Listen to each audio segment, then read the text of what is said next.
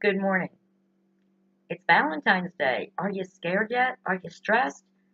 Do you feel like, oh my God, I have to go out and get jewelry or chocolate or a card or make reservations? Do you feel pressured? Well, I'm here to tell you, you don't need to feel pressured because one day, one day in a whole year that you feel you have to tell someone you love them, I don't know. I don't like that. Because I think you should tell someone you love them or what you feel about them 365 days a year. I know that when people say to me, "What's Jason getting you for Valentine's Day? What are you getting Jason for Valentine's Day?" My answer is nothing. Nothing. Other than what I say to him every single day, what he says to me every single day, all year long. I love you. Now, I do have a little special treat for Jason later in the show in a little bit, but it doesn't require money. You know, Jason and I, we do things for each other not because it's February 14th, but because it's Monday or because it's Wednesday. Last week, I ordered a bunch of books that Jason's going to pay for because it was Tuesday and the books were coming out. So I ordered them. The other day, Jason ordered me several DVDs, not because it was Valentine's Day, but because it was Monday. And I said to him, I want to convert these VHS tapes because my VCR broke down at the Bay because of a power outage, and I would really like to have these films, these movies that I have on VHS on DVD, and they arrived yesterday. It was just a Monday. That's it. You shouldn't need a special day to tell someone how you feel about them. Now, I'm wearing my Quips Pub hoodie. Quips Pub is an awesome restaurant in Lancaster, Pennsylvania, and they're my first Valentine on this show, and I'm going to tell you why. First of all, I met my husband at Quips Pub quite by accident. He wasn't supposed to be there, but his friends said, let's go to Quips, and lo and behold, there I was eating my medium wings, and in walks Jason, and the rest is 22 years later history. So not only did I meet my husband at Quips, but Quips has been a central part of my life in some really sad situations. Um, when my mother died very suddenly, Quips was home. I spent a lot of time at Quips, and it was so great to go to Quips, be treated like family, like I was at home by the staff. The food was familiar and comforting, and then I could throw up some darts with my friends and for a moment forget my grief over the loss of my mother.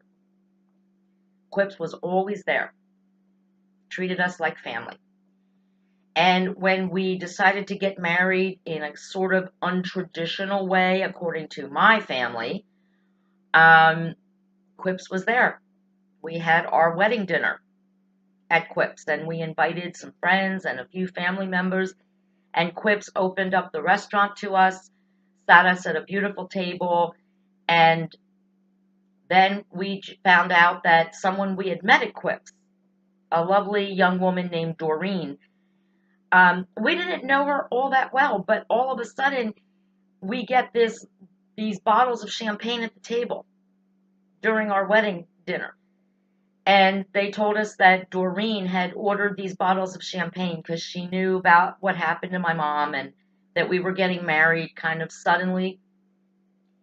And she wanted to make our night special. And Doreen, you really did. And if you watch this show, I'm not sure if you do, we've lost touch over the years, but I can't believe that someone who was a friend, but you did that for us. And you certainly didn't have to. And you didn't even come to the party because you had business issues and plans and stuff like that. But you made sure that our wedding was even more special and that you were there in your heart. And definitely, I will never forget it. So thank you, Doreen, and thank you to Quips. You know, so many people are so busy these days. And we think that people understand how we feel about them, and we send texts or we send emails, but those things can be deleted with the push of a button. After George Herbert Walker Bush died, and all those beautiful love letters he wrote to his wife Barbara Bush and the letters she wrote back were revealed. And these are letters that will not be deleted with the push of a button. They will be put safely in a place of honor where future generations can read these letters and hear a love story. I think writing a love letter to anyone you love, it doesn't have to be a romantic partner, it doesn't have to be a spouse, it can be a parent, a grandparent, a good friend, a brother, a sister. But when you take the time to write, to take a pen to paper, and sometimes it takes more than one draft, a love letter can mean so much more than the most expensive diamond or the $200 romantic dinner or the flowers or the chocolates. Oh, here, yeah, I bought you some chocolates. Yeah, happy Valentine's Day. I knew I'd better do something or you'd be mad. No. But a love letter, after the chocolates are eaten, after the dinner is eaten, those memories fade. A love letter is something you can pull out on your darkest day and read it again and be moved all over again by the words that somebody took the time to put to page. So, I wrote 3 love letters. One of them will surprise you if you've been reading my blogs and my posts. 2 of my love letters are to 2 women who strongly affected my life and are now deceased. But as I've grown and I've learned, I was able to write them each a love letter. And of course, I have to start by the love letter to my best friend, the person that walked into that bar, into Quip's Pub 22 years ago, and that was it. It started from there, and we never said goodbye again.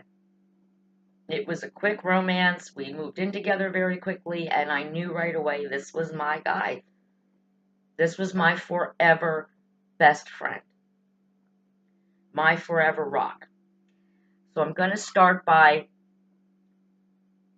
a love letter to my husband. Dearest Jason, little girls dream of fairy tales. Young women dream of passion they read about in romance novels and see in films. We look at relationships from the outside, we assume are perfect, as examples of what we should strive for and expect. Fairy tales, romance novels, and films are make-believe. They come from the imagination of others to make us believe in things that don't exist, not in real life. As women grow older, dreams of Prince Charming and Harlequin romances are replaced with yearnings for security, trust, and most important, unconditional friendship and support. Well, my love, we for sure never had the fairy tale. We had and still do the passion, only not what was described in the books or the movies that made us think we were missing something or doing it wrong. Turns out we did everything right, if not perfectly. For richer or poorer, in sickness and in health, we experienced both of these before we ever said the vows or signed a marriage license, before we were considered man and wife by the state or even our friends and family. Working together to achieve the success we enjoy today. Your love and support when Mom died suddenly was not part of any fairy tale. It was reality. and we got through it together. As we enter our 22nd year of a very unperfect, unfairy tale relationship, I am thankful for you, my unperfect, perfect husband, my perfect best friend. We continue to do it our way, and it continues to work. I love you always, Paula. Marriage is work. It's not unicorns and roses and fairy tales and going off on yachts and being swept off your feet. It's real life. And when you find somebody as special as my husband, and believe me, I am not easy to live with. When you find someone special like that, who will love you on your worst days as well as your best, you got to keep her. My second love letter, of course, is to my mother. And we had an interesting relationship, as some of you know. So, dear Mom, as a child, I dreamed of a normal life. I wanted a mommy and a daddy like all my friends had. Instead, I had to grow up with you and Granny and all her issues and manipulations. I hated you for catering to Granny and loved you so much out of fear that if anything happened to you, she would be in total control of my life as she was of yours. I saw my cousins with their perfect mommies, always home cooking and doing normal, perfect mommy things. How I wished you were not my mom. That I had what everyone and everything around me told me was normal and perfect. Everything my childhood was not. As I grew older and you shared more of your story with me, I came to understand you had no choice in regards to your mother, my grandmother, and you hated it as much as I did. As I saw the results of the perfect mommies I coveted as a child, I realized I got the best. Seeing perfect mommies cause stress and even illness in their children because of their demands for total perfection. You never asked that of me. I was blessed. Seeing perfect mommies kick their children to the curb for the least little disappointment. Seeing perfect mommies putting strangers or acquaintances' perception of their children before the feelings of their children. You never did that. I was blessed. I was blessed to have an unperfect, perfect mother. You never made me feel less than. You never made me feel like I disappointed you. You never let others' opinions of me or my own choices and beliefs change your unconditional love and support for me. Thank you, Mom, for not being perfect and never expecting anything close to perfection from me. For loving me as I was at all times. I should have done the same for you. All my love, Paula. And my last letter, surprisingly enough, after a situation that just recently occurred on Monday, a letter to my grandmother, who I had a very love-hate relationship with, but I think this kind of will tie it up for you. Dear Granny, it hurt you when I refused to call you Yaya. That's Greek for grandmother. But see, Yayas were supposed to be fun. Seen on Sundays for dinner and on holidays and special occasions. Yayas were supposed to be part of a special, fun relationship. I had to live with you. And because I now know you suffered from mental illness, I understand why you were not fun. In the 70s and 80s, this illness was not diagnosed like it is today, but it destroyed any chance I had for a loving relationship with you. But, it's always a but, right? As an adult, living in the house you and my grandfather, Bapu, bought over 70 years ago, and you cherish sometimes more than human beings. My grandmother loved this house. I remember a lot. I remember you never called an electrician. You never paid anyone to service our furnace. If a fuse blew, you fixed it. When the circulator in the furnace needed oiled, you oiled it. You drained the radiators. If we had mice, you didn't call an exterminator. You caught them yourself. And if you watched my comedy show, cooked them for dinner. No, I'm kidding. That's a joke. That's not in the letter. Sorry. But she did. She killed mice. She didn't call an exterminator. You cooked every day, cleaned, and you got the best prices for meat at market. No one pulled anything over on you. No one. No one messed with the people you loved. You took up the fight. You were a badass. Kind of sounds like me. If our relationship would have been even close to normal, you would have been my hero.